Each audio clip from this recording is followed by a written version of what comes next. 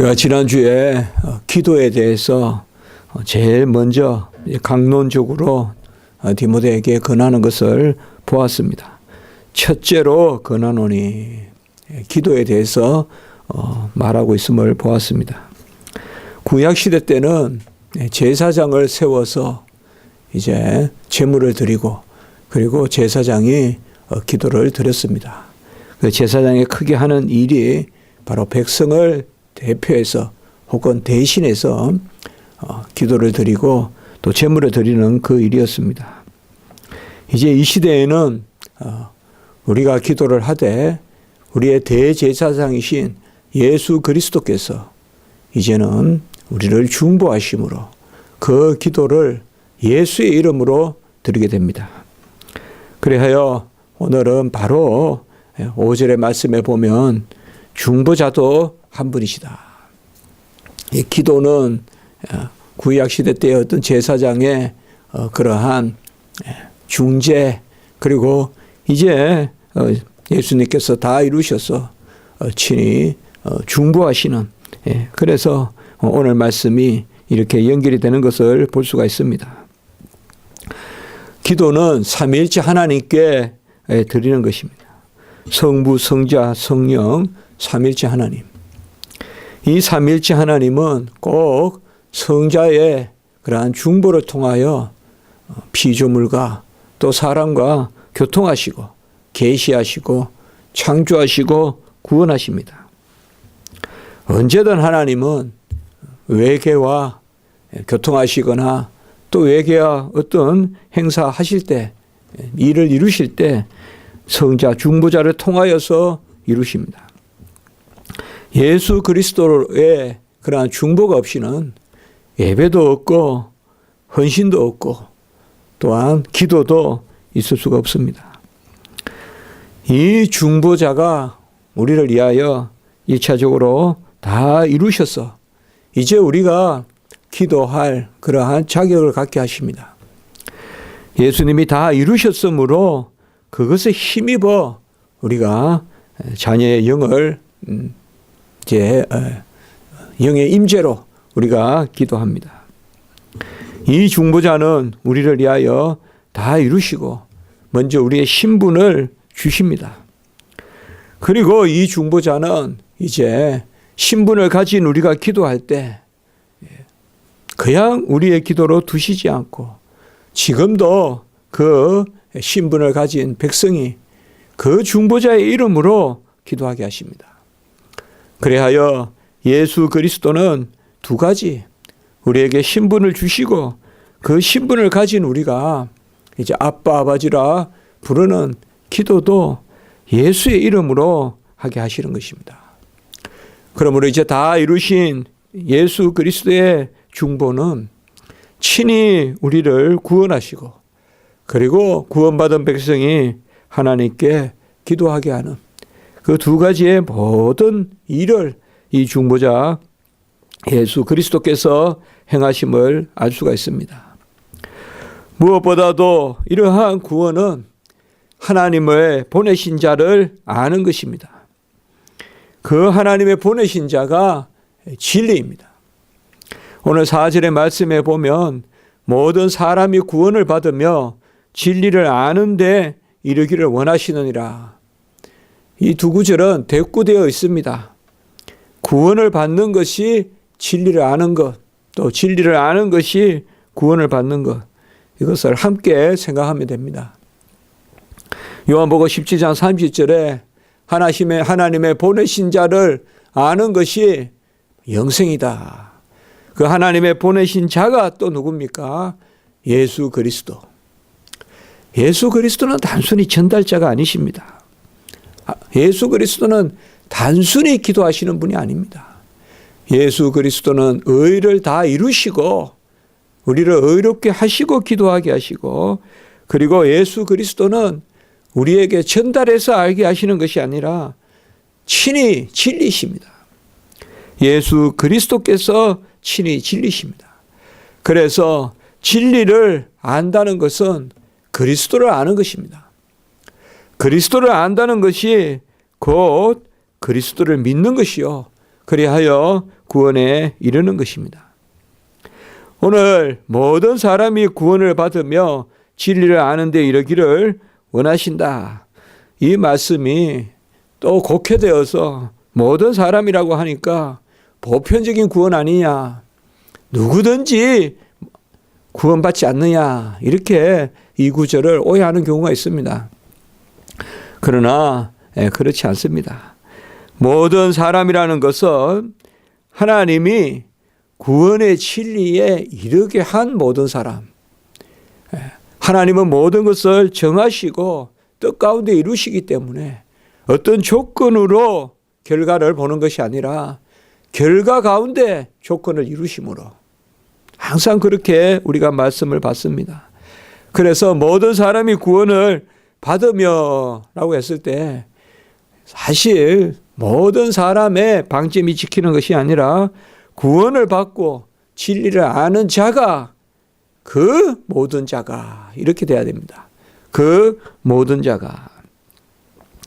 예수의 의는 그를 믿는 자에게 주어지는 것입니다. 이것은 성경 전체가 우리에게 알려주시는 것입니다.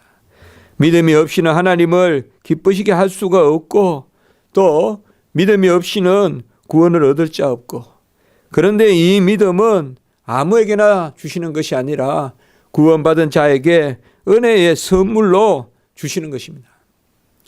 그렇기 때문에 구원이라는 단어가 공로의 단어가 아니라 이미 선택의 은혜의 전적인 은혜의 단어입니다.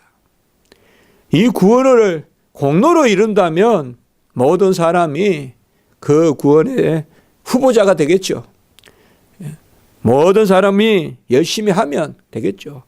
그러나 이 구원이라는 단어 자체가 이미 무조건적 선택, 창세전의 선택을, 이 구원이라는 단어 자체가 불가능한 인간들에게 주어지는 그러한 것입니다. 불가능한 사람들에게 구원을 주시는데 모든 사람이 구원을 받을 수 있겠습니까? 불가능한 사람이 어떻게 노력해서 구원을 받을 가능성을 가질 수 있겠습니까? 모든 사람이 가능성이 있는데 그 중에 일부가 구원을 받았다, 이렇게 많이 가르치고 대체로 그렇게 이야기합니다. 예정론을 믿지 않는 사람들은 다 그렇게 이야기합니다. 가능성이 있다. 모든 사람에게 가능성이 있는데 그 중에 열심히 어떤 모양을 내는 사람이 구원받는다. 그러나 제가 아까 말씀을 드렸죠. 우리는 결과에 조건이 따라가는 것입니다. 결과에 사실 조건이 따라가요. 이미 구원받은 백성을 생각하고 구원을 작정하신 거예요. 구원받은 백성에 따라서 구원의 결과를 보시는 것이 아니라 구원의 결과를, 택함받은 백성들의 수를, 그 수를 이미 정하시고 그 수가 찰 때까지 구원의 역사를 이루시는 것입니다. 그렇기 때문에 이 4절이 모든 사람의 자꾸 방점이 찍히면 공로주의가 되고 자질주의가 되고 조건이 결과를 낳는 세속적인 인과관계가 되고, 그러나 구원을 받는다는 이 구원의 방점이 찍히고, 이 구원은 불능한 가운데 은혜의 선물로 주어지는 구원이다. 그리고 택함받은 백성에게 수가 차기까지 아무나 구원하는 것이 아니라 긍휼을 입은 자만이, 긍휼의 그릇만이 구원하는. 그렇게 보면 이 모든 사람은 이미 구원을 받도록 정해진 모든 사람, 구원을 받도록 정해진. 왜 이 말씀에 그렇게 이견이 많은지 모르겠습니다. 우리가 성경을 전체로 봐야지 이 한 절만 똑 떼내서 모든 사람이 구원에 이르도록 하셨다, 이거 항상 이렇게 많이 인용되는 구절이거든요. 아니죠. 성경은 바로 구원을 선물로 주시고 영접하는 것이 자녀가 되는 권세가 혈통으로 육정으로 말미암은 것이 아니고 하나님의 개선한 자들이라. 하나님이 낳으신 자다. 하나님이 낳으신 자는 누굽니까? 내가 너를 정하였다, 택하였다. 내가 너를 지명하여 불렀다. 선택된 백성이죠. 로마서 11장 25절에 보면 이방인의 충만한 수가, 그리고 28절에 보면 택하시고, 그리고 로마서 11장 29절에 보면 하나님의 은사와 부르심에는 후회하심이 없느니라. 은사는 뭐예요? 그저 주시는 선물이에요. 그저 베푸시는 선물과 부르심에는 후회하심이 없느니라. 그리고 30절에 보면 긍휼을 입었느니라. 로마서 11장 25절로부터 30절에 보면 이방인의 충만한 수가 택함을 받아서 하나님의 은사와 부르심, 후회하심이 없는 그 가운데 긍휼을 입었다. 그래서 로마서 9장 23절에 긍휼의 그릇이다. 오늘 말씀의 모든 사람은 그러므로 택함 받은 사람, 그리고 충만한 수에 드는, 우리가 보이지 않는 교회라고 하는 것입니다. 택함 받은 백성들의 총수, 바로 보이지 않는 교회. 택함 받은 백성들의 수, 이 보이지 않는 교회는 과거나 현재나 미래가 없어요. 택함 받은 백성의 총수이기 때문에 시간에 관계없는 교회예요. 보이지 않는 교회는. 이 보이지 않는 교회, 이게 바로 택함 받은 백성들, 긍휼의 그릇들. 이런 모든 사람이, 택함 받은 모든 사람이 진리를 알고 구원에 이르는 것을 원하느라 라고 이렇게 말합니다. 전체적으로 사도 바울이 디모데에게 목회에 대한 권면이라고 하지만 가장 중요한 것을 먼저 기도라고 하고, 그리고 오늘 말씀에 또 진리라는 말씀이 들어있는 것을 볼 수가 있습니다. 우리가 오늘날 얼마나 진리에 대해서 말합니까? 구원은 많이 이야기하지만 과연 진리를 얼마나 입에 올리고 마음에 생깁니까? 그러나 우리 주님께서는 길이요 진리요 생명이요, 진리가 너희를 자유하게 한다. 계속 아는 것, 말씀, 진리의 영, 우리가 받은 영이 진리의 영이다. 오늘 4절에서 구원을 받는다라는 이 단어와 진리를 안다는 단어가 아까도 말씀드렸지만 거의 동격으로 쓰이고 있다는 것을 볼 수가 있어요. 이만큼 진리를 아는 게 구원이에요. 아까 말씀드린 요한복음 17장 3절에 영생은 하나님의 보내신 자를 아는 것인데 그 진리, 그 진리를 아는 것, 이 진리가 바로 그리스도시지 않습니까? 그래서 그리스도를 아는 지식이 가장 고상하고, 예수 그리스도와 그가 못 박히신 것을 아는 것 외에 아무것도 알지 않겠다. 고린도전서 2장 2절에 말씀하고 있는 걸 볼 수가 있어요.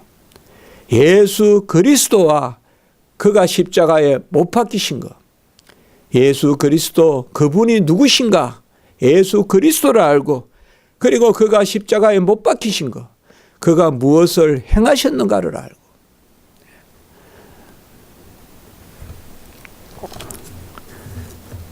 제가 신학교에서 가르치지만 예수 그리스도가 누구신가, 예수님이 무엇을 행하신가, 이 두 가지를 함께 이야기해야 그게 정통이고 보수고, 그게 우리가 서 있는 자리입니다.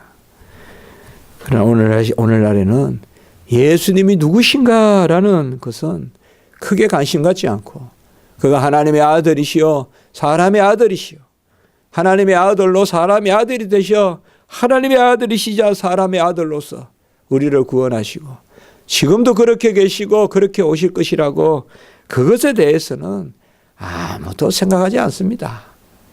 그저 예수가 뭘 주셨는가, 예수가 나에게 어떤 영향을 미치는 분인가, 예수가 과연 어떤 본이신가, 그런 것에만 관심이 있습니다. 전부 다 크게 보면 예수님 자신이 누구신가 보다도 예수님이 뭘 하셨는가, 무슨 영향, 그리고 내가 그 예수로 말미암아 어떻게 변화될 것인가, 변화야 무슨 환경에 따라서도 변화되고 주변의 사람에게도 변화되는데 이 두 가지가 함께 있어야 됩니다. 그래서 오늘 진리를 안다는 것은 예수가 누군지 알아야 됩니다. 우리는 예수님 자신이 누군지 알아야 됩니다. 그는 주여 그리스도시여 하나님의 아들이심을 정확하게 고백을 해야 됩니다. 그리고 그가 우리를 위하여 모든 것을 이루셨다는 것. 그게 바로 십자가에 못 박히신 것. 그래서 우리가 예수가 십자가에 못 박힌 것만 안다 이렇게 하지 말고 예수 그리스도와 그가 십자가에 못 박히신 것. 예수님이 누구신가 알고 그가 십자가에 못 박히신 것. 주님을 알아야 돼요. 그리고 주님이 행하신 걸 알아야 돼요. 주님을 안다는 것이 삼위일체 하나님을 아는 거예요. 이것은 구원 전에도 알아야 돼요. 이것은 타락 전 에덴 동산에서도 삼위일체 하나님을 알아야 돼요. 삼위일체 하나님을 아는 것은 주님을 알아야 돼요. 중보자를 알아야 돼요. 그래야 하나님을 알아요. 우리가 구원받아 새하늘과 새 땅에 가도 주님을 알아야 돼요. 보좌 어린 양 예수 그리스도 일찍이 죽인 당한 같은 그 어린 양 예수 그리스도를 알아야 돼요. 그 중보자를 알아야 돼요. 그래야 하나님을 아는 것입니다. 예수님을 알아야 하나님을 아는, 나를 알아야 하나님을 아는. 예수를 알지 않고는 하나님을 알 자 없습니다. 다 성경이 전하는 말씀입니다. 그래서 고린도후서 4장 7절에 이 보배를 질그릇에 가졌다. 이 보배가 바로 뭡니까? 비밀이신 그리스도, 그리고 그가 십자가에 못 박히신 것. 이거 외에는 알지 않겠다. 그것을 말씀해 주고 있습니다. 이 그리스도가 누구시냐? 이미 우리가 4절에서 말씀을 보듯이 5절에 보면 바로 하나님이시자 사람이시다. 하나님은 한 분이시요 하나님과 사람 사이의 중보자도 한 분이시니 그 사람이신 그리스도 예수라. 제가 말씀을 준비하면서 이구절은 부지기수로 보고 계속 보고 또 제가 쓴 글이나 또 책이나 논문이 바로 중보자 예수 그리스도 아닙니까? 제가 이번에 말씀을 준비하면서 수월하게 한번 생각해 봤어요. 오늘 5절의 말씀을 가만히 보세요. 하나님 나와요. 뒤에 보면 사람, 그 사람 나와요. 그리고 중간에 보면 뭐요? 하나님과 사람 이렇게 나와요. 이게 제가 말씀을 주의하는 건지 몰라도 이게 이 말씀을 풀어가는 그런 열쇠가 되는 것 같아요. 하나님은 한 분이시고 그리고 사람이신 그리스도라 이렇게 이야기했어요. 하나님과 사람 사이에 그 중간에 보면 하나님과 사람 사이에 중보자도 한 분이니 중보자는 하나님이시고 사람이신 분이거든요. 중개자는 제3자가 중개자고 중보자는 하나님이시고 사람이신 분입니다. 그래서 하나님은 한 분이시요. 이 하나님은 누군가 삼위일체 하나님이세요. 성부라 그러면 안 돼요. 성부니까 성자가 중보한다. 그것은 잘못 생각하는 거예요. 삼위일체 하나님이야. 삼위일체 하나님. 삼위일체 하나님이 기도받으세요. 그리고 예수의 이름으로 기도해요. 이게 중보의 비밀이에요. 예수의 이름으로 기도하니까 성부, 성령만 기도받는다 그러면 그것이야말로 삼위일체 비밀을 아무것도 모르는 사람 이야기예요. 이것도 마찬가지예요. 하나님, 삼위일체 하나님이세요. 우리의 중보자는 삼위일체 하나님이셔야 돼요. 그리고 그분이 중보자심으로 사람이신, 뒷부분에 사람이신 그리스도 예수라 그렇게 했어요. 우리가 이것을 오해해서 역시 이 구절, 오늘 4절, 5절 다 오해가 많은 구절이에요. 이게 곡해를 많이 한다 이 말이에요. 여기도 끝부분에 사람이신 그리스도 예수라 이러니까 봐라, 예수님은 그냥 사람으로 중보하셨다. 자, 4절, 5절을 곡해해 보세요. 이렇게 한번 해석해 보세요. 얼마나 다르게 해석합니까? 자, 4절은 누구라도 구원받는다. 모든 사람이라고 했으니 5절은 예수님은 그저 사람이시다. 사람으로서 중보자다. 그러니까 그냥 사람으로서 누구라도 구원받는데 모범이다 이거야. 누구든지 예수를 모범으로 삼으면, 그를 닮으면, 내가 좀 변하면 윤리적으로 바뀌고 심리적으로 즐거워하고 그래서 복락을 누리면 그 복이 구원이지 무슨데 영생이 있고 새하늘과 새 땅이 있냐. 그렇게 신앙생활 할 수 있단 말이에요. 오늘 이 4절과 5절을 우리가 바로 알아야 된다 이 말이에요. 바로 하나님은 한 분이시요 하나님과 사람 사이에 중보자도 한 분이시니 하나님과 사람이신 그리스도 예수라. 이렇게 하면 더 정확하게 되겠는데, 하나님과 사람이신, 이런데 왜 사람이신 이렇게 했냐는 것이죠. 이 말씀이 아까 하나님은 한 분이시요, 여기에 벌써 예수님이 삼위일체 하나님이라는 고백이 들어있어요. 우리가 성경에 보면 예수님을 하나님의 아들이라고 부르는 곳, 그건 많지 않아요. 그러나 예수님을 인자라고 부르는 곳은 많아요. 예수님을 사람의 아들, 인자가 하늘로부터 내려오시고, 인자가 머리 둘 곳이 없으시고, 인자가 고난을 당하시고 죽고, 인자가 구름 타고 다시 내려오시리라. 가장 우리 구원에 밀접한, 우리와 함께 하시는 그 부분은 인자라고 하거든요. 자, 복음서에도 하나님의 아들이 아니라 사람의 아들이 더 많이 나와요. 그러나 그분은 누구요? 하나님의 아들이시잖아요. 그 왜 사람의 아들이라고 인자라는 말이 더 많이 나올까요? 그러니까 예수님은 그냥 사람의 아들이다 이렇게 해석하면 되겠네요. 그러면 아니죠. 예수님을 사람의 아들이라고 부르는 것은 왜 인자라고 부릅니까? 우리가 우리 보고 사람의 아들이라고 부릅니까? 우린 당연한 거죠. 예수님을 사람의 아들이라고 부르는 것은 그분이 하나님의 아들이심을 전제하는 거죠. 하나님의 아들이 사람의 아들이 되셨으니까 그분은 사람의 아들이다. 사람의 아들이다. 사람의 아들이라고 하는 것은 뭐예요? 그분이 하나님의 아들이라는 것이죠. 하나님의 아들이 사람의 아들이 됐기 때문에 사람의 아들이다. 사람의 아들이다. 우리는 우리 보고 사람의 아들이라고 안 하죠. 당연히 사람의 아들이니까. 오늘 말씀도 마찬가지다 이 말이에요. 바로 삼위일체 하나님이 사람이 되셔서, 삼위일체 하나님이 사람이 되셔서, 하나님의 아들이 사람의 아들이 되셔서 중간에 뭐예요? 하나님과 사람 사이에 중보자가 되신다. 너무 정확한 말씀이잖아요. 성경은 이렇게 기록되어 있다 이 말이에요. 말씀이 육신이 되사, 말씀이 육신이 되사 이렇게 하니까 이제 육신만 남은 게 아니잖아요. 말씀이 육신이 되사 말씀과 육신이잖아요. 하나님의 아들이 사람의 아들이 되사 이제 사람의 아들만 이신 게 아니잖아요. 하나님의 아들이 사람의 아들이 되사 하나님의 아들이시자 사람의 아들이시잖아요. 가장 큰 비밀의 말씀이 여기 있잖아요. 그래서 하나님이 사람이신 예수 그리스도다. 그래서 하나님이 사람이 되셨다. 그래서 뭐요? 중간에 하나님과 사람 사이에 중보자시다. 어찌하여? 그분은 하나님과 사람이시니까. 하나님과 사람이시니까 하나님과 사람 사이에 중보자다.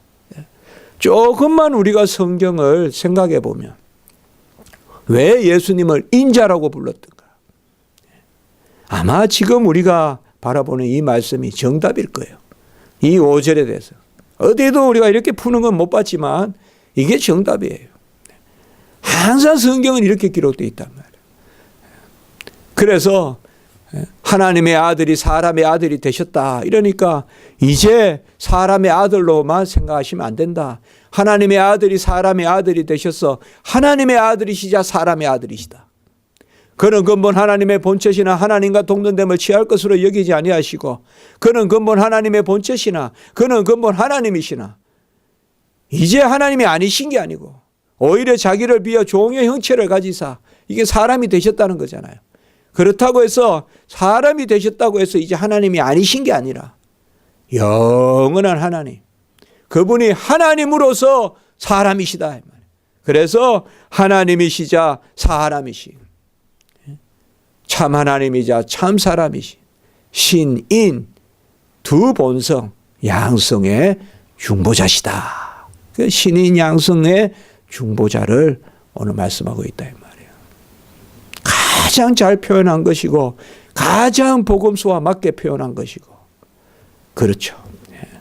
그래서 이것을 가지고 하나님이 사람이 되셨으니까 이제는 사람만 되시지 하나님은 아니다.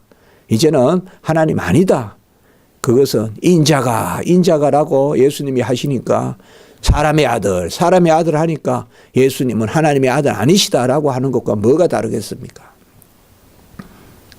인자가라고 하는 것은 하나님의 아들이 사람의 아들이 되셨으니 인자다라고 하는 이름이 의미가 있고 가치가 있죠. 이 중보가 바로 우리 교회의 기도요. 또 이 중보가 없이는 다 없습니다. 중보가 없으면 아무것도 없습니다. 우리는 기도만 생각하면 안 됩니다. 기도도 예배도 헌신도 이 중보자로 말미암습니다. 신인 양성의 중보자. 제가 이 말씀 준비하면서 이게 막 5절의 말씀이 너무 선명하게 튀어나오는 것 같이 보여요. 너무 선명하게. 제가 3년을 이 구절 가지고 봐도 그렇게는 물론 진리는 그대로 봤죠. 그러나 어제 말씀을 이렇게 보는데 이 말씀 준비하는데 이렇게 말씀하시는 게 정확하게 복음에도 딱 맞고 하나님은 한 분이시요 하나님과 사람 사이에 중보자도 아니시니 사람이신 예수 그리스도다. 기도드리겠습니다.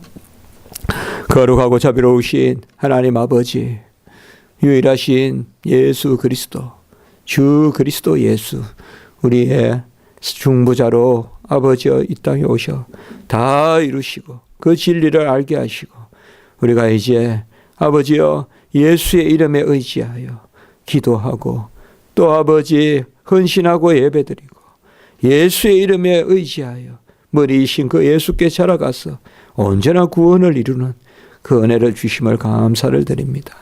하나님은 한 분이시오 하나님과 사람 사이에 중보자도 한 분이시니 사람이신 그리스도 예수라.